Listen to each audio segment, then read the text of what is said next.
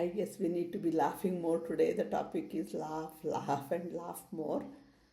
And when I picked this, um, it was reminding me of all these laughing clubs that happen every morning, typically with senior people. No youngsters going there.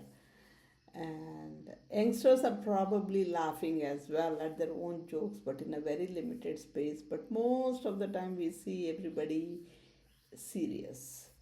And this morning, I was looking at how many times did I laugh yesterday? Not once. I probably smiled at someone who came in, um, and I looked up, just to prepare for this. I was looking up at some comic videos or something like that, but none of them made me laugh. I was wondering why.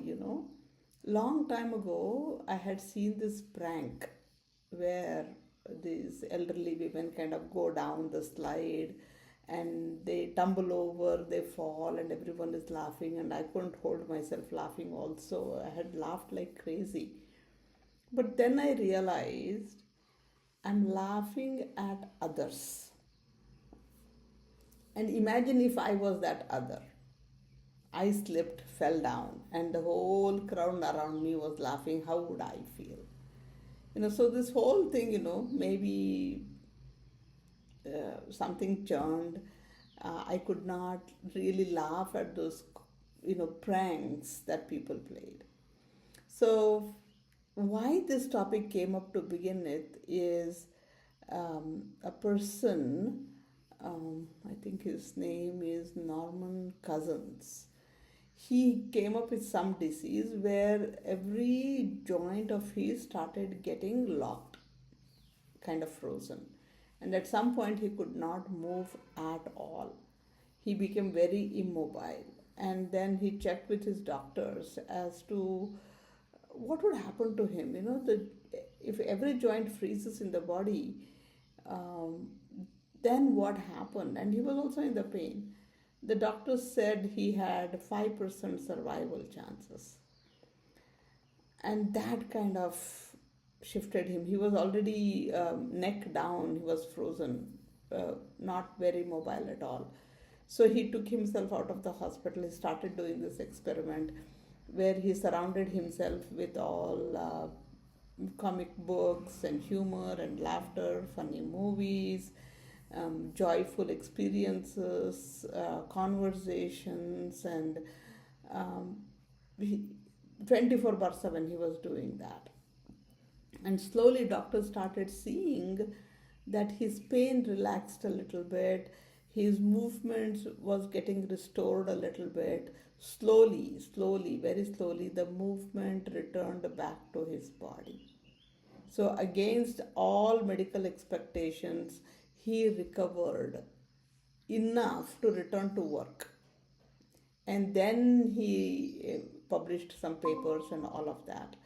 So basically, the question that came up was, can laughter awaken healing forces within the human being? And if you go to any yoga class, even Bothra's class, every Thursday is dedicated to laughing. Force yourself to laugh. So genuine laughter restores harmony in the human being. And even if I force it, after some time, it kind of at some point becomes sort of a genuine laughter. What happens is, when speaking from the body perspective, you feel more relaxed, more of these feel good hormones are released to improve my mood, and all the stress hormones are reduced. So you don't feel as stressed in the body. You start breathing better. You feel more relaxed, and somehow it is also related to improving the immune system. Many things begin to happen, and you feel good at the end of a good laugh. So the body heals more effectively when it is relaxed. This is what Steiner also says. Child learns much better when in a safe and secure environment. And that's why we struggle to create a safe environment. Similarly, I need to create a safe environment for my body to thrive. We go back to that microcosm macrocosm combination. If I feel good in my body, then the world around me appears good. Other way too, if the world around me is good, my body feels safe and secure and good. So somewhere I need to begin healing my own body. One of the ways is to surround myself with calmer, sweeter situations where I can at least be smiling to myself, definitely not laughing at others, maybe laughing at myself, make a joke out of myself. Somewhere I need to become emotionally alive. That's kind of an important thing we need to look at here. Moving from survival mode to restoration mode. That's what Norman did. He was surviving and slowly his body was giving in. But then the laughter, the comedy, the funny movies, the light conversations helped him come back to a state where his body started restoring itself. When something that was medically unthinkable to get healed from that, he started healing. So when we look at it from anthroposophical perspective, we are like four bodies. We talk about fourfold human being: the physical body, the etheric, the astral, and the ego body.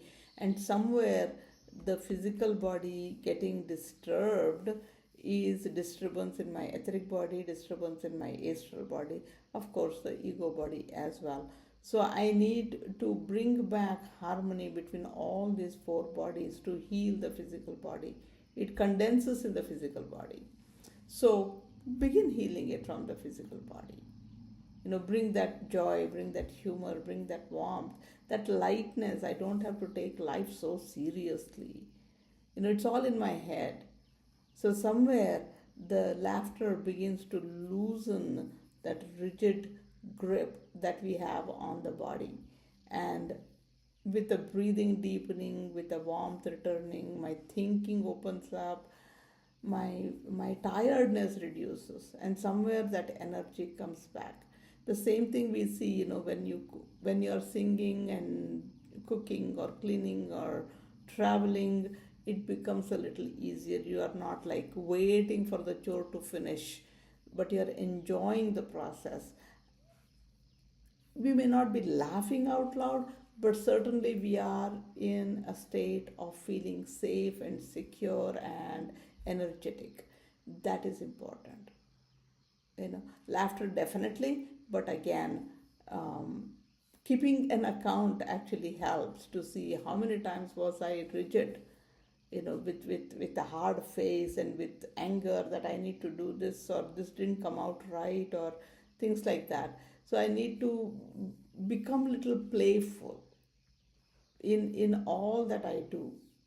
And that begins to heal. Somewhere my hardened self, my hardened body, again, hardened thoughts and hardened ego begins to loosen up. So if we cannot bring it into ourselves, it is best to see some comic strips on daily basis, a remind of all the things that we have done in the past, and bring it back, so that disturbance in myself eventually reduces, right from disturbance in my thought, disturbance in my rhythm, in my movements, in my etheric body, to my physical body. With that, the measure of how safe I'm feeling is how comfortable I'm in the body. If I'm easygoing, then the laugh, I think, is natural. At least the smile, if not the laugh. So there are lots of cases where people have healed themselves. Typically it has been the case when they reach a point when the scientific field, the medical field will say we can't do anymore. That is when I take the reins in my own hand and want to figure something out. Now, we need to learn from all those experiences. Why wait till that point when I am cornered? Why can't we just begin that much earlier? If you see children laugh very easily, they're just laughing, they're just in the present, they're not holding on to anything, they're moving freely. Um, that's all part of child's growing up. Unfortunately, even that we don't see as much because the modern life, even if child is not in front of the screen, it's just the overstimulation with the light, with the noise, with comparisons that is in my environment. Everything is so competitive. There is premature intellectualization that I think we need um, to reduce, because that reduces spontaneity. So somewhere allowing that silliness to come in. I have an aunt whose way, how are you doing? Come home is through laughing. She's always laughing. She's like making jokes, silly jokes, and laughing. Sometimes you feel, serious people will wonder, what is there to laugh about? But then her whole the face itself, the whole family is like that. Her husband was a serious fellow, and he would like, why are you laughing? Shut down. What's the reason? But she and her children, and now her grandchildren also, they're like always in that jovial mood. So we need to bring that up, somehow cultivate it, or at least be in presence of those people. So we definitely don't want to get into sarcastic laughing, laughing at someone falling down, or mocking somebody, teasing somebody. We don't want to carry that. We need to carry that innocence, that simplicity, which relaxes our body. And in fact, laughing has a bigger takeaway. We get into more open space where we are willing to accept our own faults. We don't get into denial mode. We don't avoid things. We don't become tightened. Life is just happening. That openness, that is more of a spiritual growth, that I'm in that phase.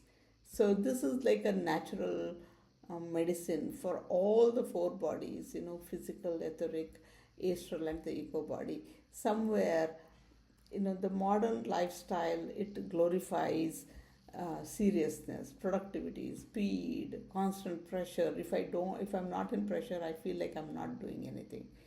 But I need to replace that with some music, some funny, lively, light music, and maybe just sit and wonder of these two birds flying away, fighting for food, whatever that is. That will help me feel emotionally lighter, inwardly healthier. That is the reason for health. So let's begin laughing, at least smiling on daily basis. Thank you.